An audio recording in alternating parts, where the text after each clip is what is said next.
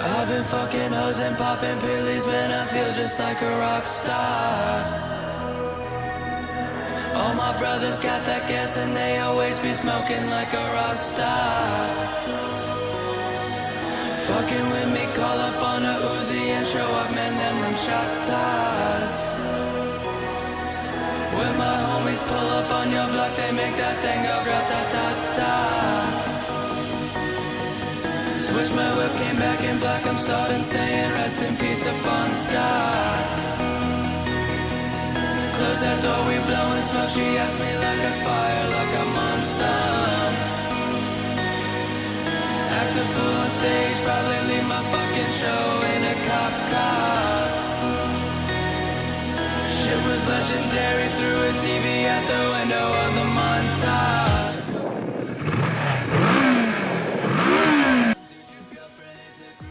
Hey guys, welcome to my first look review of my Kawasaki Vulcan S 2017. Yeah, so just going to take a quick look at all the mods I've started doing so far and the mods I plan on doing. So first things first, I've got my smoke tinted indicator covers here, which are just replacements of the stock indicator covers. Now these came without a thread in the screw hole, so I actually had to get an epoxy resin and fill it, and it eventually worked out. But maybe that's for another video. If you didn't know already, I'm a pretty big Star Wars fan. So yeah, of course, Galactic Empire logo here on the side of the engine fits in perfectly in the circular shape there. And if you don't know your Star Wars, you probably wouldn't even know it wasn't part of the bike. Of course, Darth Vader here on the tank. I've mentioned before that I was intending on getting a black one to go on the tank. Still waiting for that to arrive. It's taken over a month to get here, which is super annoying, but that's what you get for living in New Zealand, I guess. But yeah, replacing that fella with a black one when it arrives, so hopefully it will look a whole lot better. And just sort of blend in with the tank a bit more, I guess. Yeah. Next, of course, here is my bar mirrors. The cool thing about this is we've actually managed to maintain the bar weights. So stock bars, stock grips, and stock bar weights, which basically means we won't get any extra vibration traveling through the handlebars. If you were to do the same thing on a 250cc bike, it wouldn't matter so much, but with a larger cc bike, it's better to do just to stop that extra vibration you get. So yeah, from there I purchased these bar end mirrors, cheap as.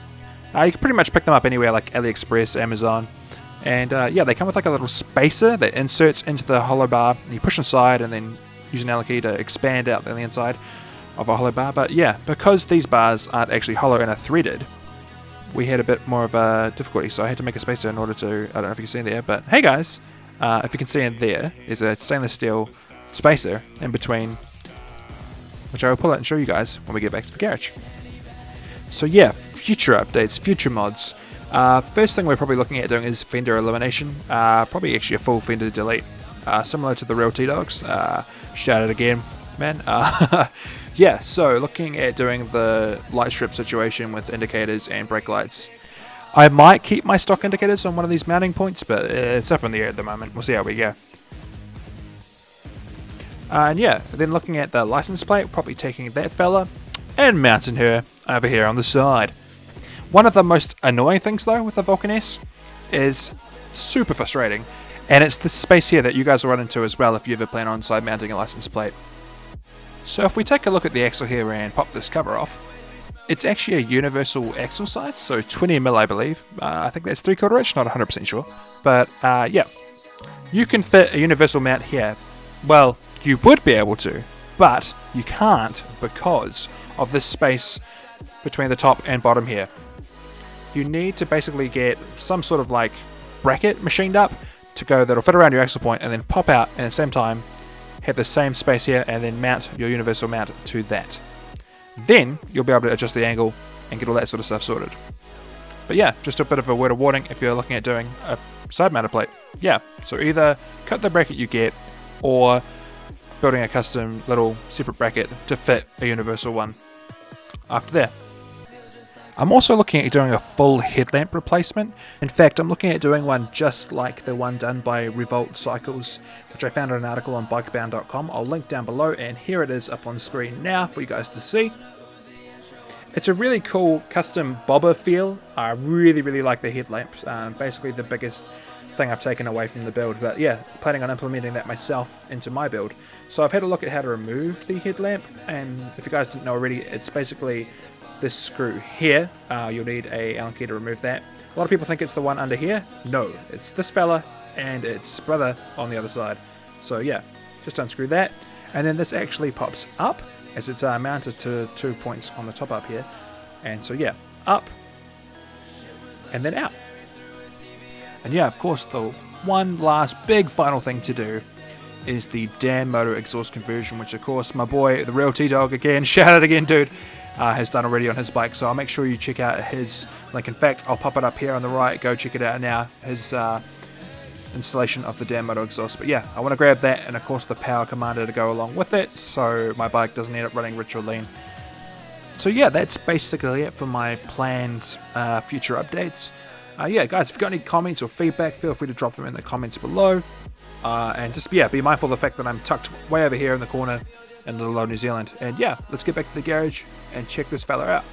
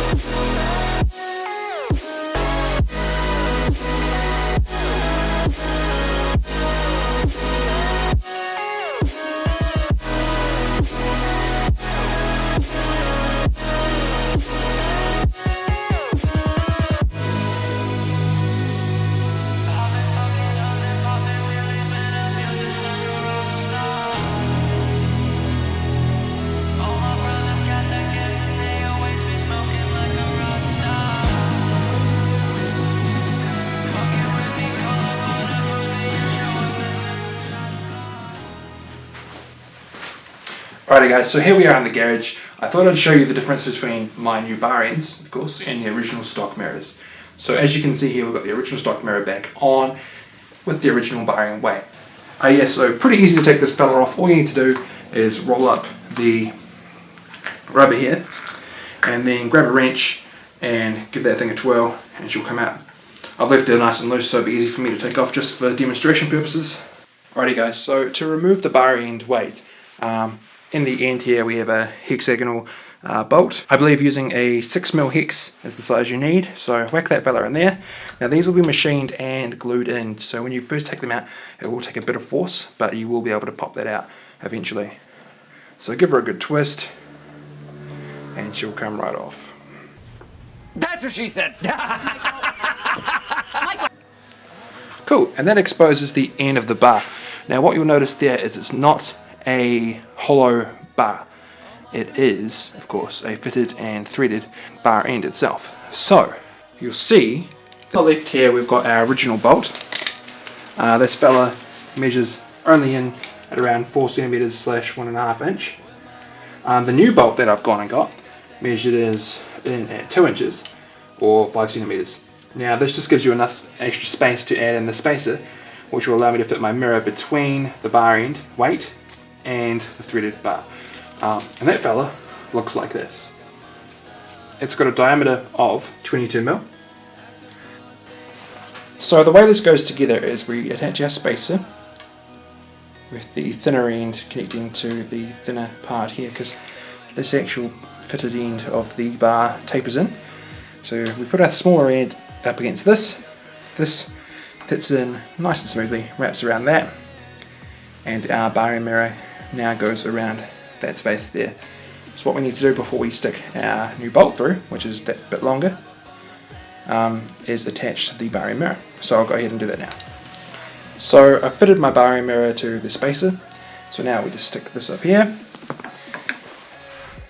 this here, and we're ready to put our thread through. Great. Now that's in there nice and tight, not moving anywhere, and I can adjust that space between the mirror to get it nice and even in there. Now the cool thing about this is on the other side it leaves you enough space so that you're not going to be hitting the throttle. And for these bar end mirrors I'm using a 4mm hex. Great. And now that's fitted nice and tight, I've left enough leeway so I can fold these up if I need to, if I'm ever filtering through super tight. And there's the finished result there, guys. Now I just wanted to show you guys the light strip I've got for my tail lights. They all light up red, obviously, and extra bright when you brake. The thinner ones you can see on the left and right. Every second one goes yellow when you indicate. Every other second one is a red one. So I've got another strip on the way. I'm just going to lay them on top of each other, and then that'll be my brake light and indicators at the back when we get that sorted. So there's that as well. Alrighty guys, I really hope you enjoyed today's video. Yeah, that's been my look at the Kawasaki Vulcan S. Mods I've done, and I guess a mod update of where we're going, a bit of tips and tricks here and there with some of the things that I've done. If you guys enjoyed the video, make sure you drop a like, a comment if you've got any recommendations or any advice, much appreciated. And if you're enjoying the content guys, don't forget to subscribe. Have fun, stay young, and peace. I've been in the hills, fucking superstars, feeling like a pop star. Drinking Henny, bad bitches jumping in the pool and they ain't got on no bra. Hit her from the back, blowing on the tracks, now she's screaming out no more. They like savage, why you got a 12-car garage, you only got 6 cars. Go!